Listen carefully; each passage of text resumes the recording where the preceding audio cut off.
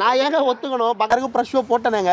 எனக்கு இதெல்லாம் பரம சத்தியமா புரியல. பிரபல பாடகி சின்மயி வந்து மன்னிப்பு கேட்டிருக்காங்க. ஏன்னு பார்த்தீங்கன்னா, திரௌபதி 2 படத்துல வந்து ஒரு சாங் பாடியிருக்காங்க எம்கானோன்னு. ஸோ அந்த சாங் பாடுனதற்கு நான் வந்து மன்னிப்பு கேட்டுக்கிறேன் அப்படின்னு சொல்லியிருக்காங்க. மன்னிப்பு கேட்குற அளவுக்கு அந்த பாட்டுல என்ன இருக்கு? ஏன் என்னாச்சு? அப்படிங்கிற பார்க்குறப்போ, சின்மயி வந்து நிறையா பெண்கள் விடுதலை, பெண்ணுரிமை, ஸோ இந்த மாரி வந்து பெண்களுக்கு ஆதரவா வந்து நிறைய கருத்துக்களையும், பொதுவான கருத்துக்களையும் வந்து ஆதரவு தெரிவிச்சுட்டு வர்றவங்க. மோகன்ஜி யாருன்னு பார்த்தீங்கன்னா, பழைய வண்ணாரப்பேட்டை, திரௌபதி அப்புறம் இன்னும் 2, 3 சில படங்கள் நடித்திருக்காரு. இவர் எப்படின்னு பார்த்தீங்கன்னா, தன்னுடைய ஜாதிய வந்து உயர்த்தி பேசுறதுலயும், மத்த ஜாதியினர், மத்த தாழ்த்தப்பட்ட மக்களை குறைவாக பேசுறதுலயுமே வந்து ஒரு நோக்கமா வச்சு படம் எடுக்கிறவரு.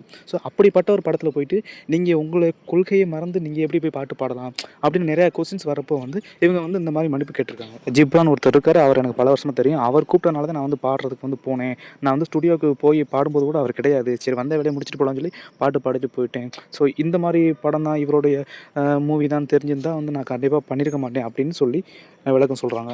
ஏன் அவர் படத்துல நான் பாடியிருக்க கூடாது அப்படின்னா, அவருடைய கொள்கைகள், நோக்கங்கள், சுயசாதி பற்று, மற்றவங்கள வந்து குறைவா பேசுறது, ஸோ இந்த மாரி வந்து அவர் படம் எடுக்கிறனால என்னோட கொள்கைகள் வேறு. இதனால வந்து நான் தெரிஞ்சிருந்தா கண்டிப்பா பண்ணியிருக்க மாட்டேன் அப்படின்னு சொல்லியிருக்காங்க. ஸோ இந்த பதிவை பார்த்த மோகன்ஜி வந்து ரிப்ளை கொடுத்துறாரு. ஸோ என்னுடைய படம் வந்து என்னுடைய சுய சிந்தனையாலையும், சுய எண்ணத்தாலும் மட்டுமே பண்ணக்கூடியது. இதை வந்து என் படத்துல வேலை பார்க்கக்கூடிய மற்றவங்களை வந்து எந்த விதத்தையும் சாராது.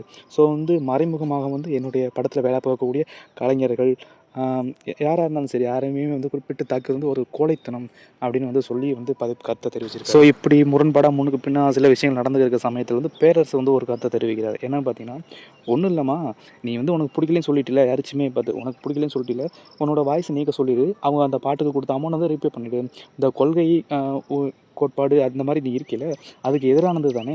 ஸோ வந்து இந்த பணத்தையும் அந்த வாய்ஸை பணத்தை திருப்பி கொடுத்துட்டு வாய்ஸை நீக்க சொல்லிவிடு, பிரச்சனை முடிஞ்சில அப்படின்னு சொல்லியிருக்காரு.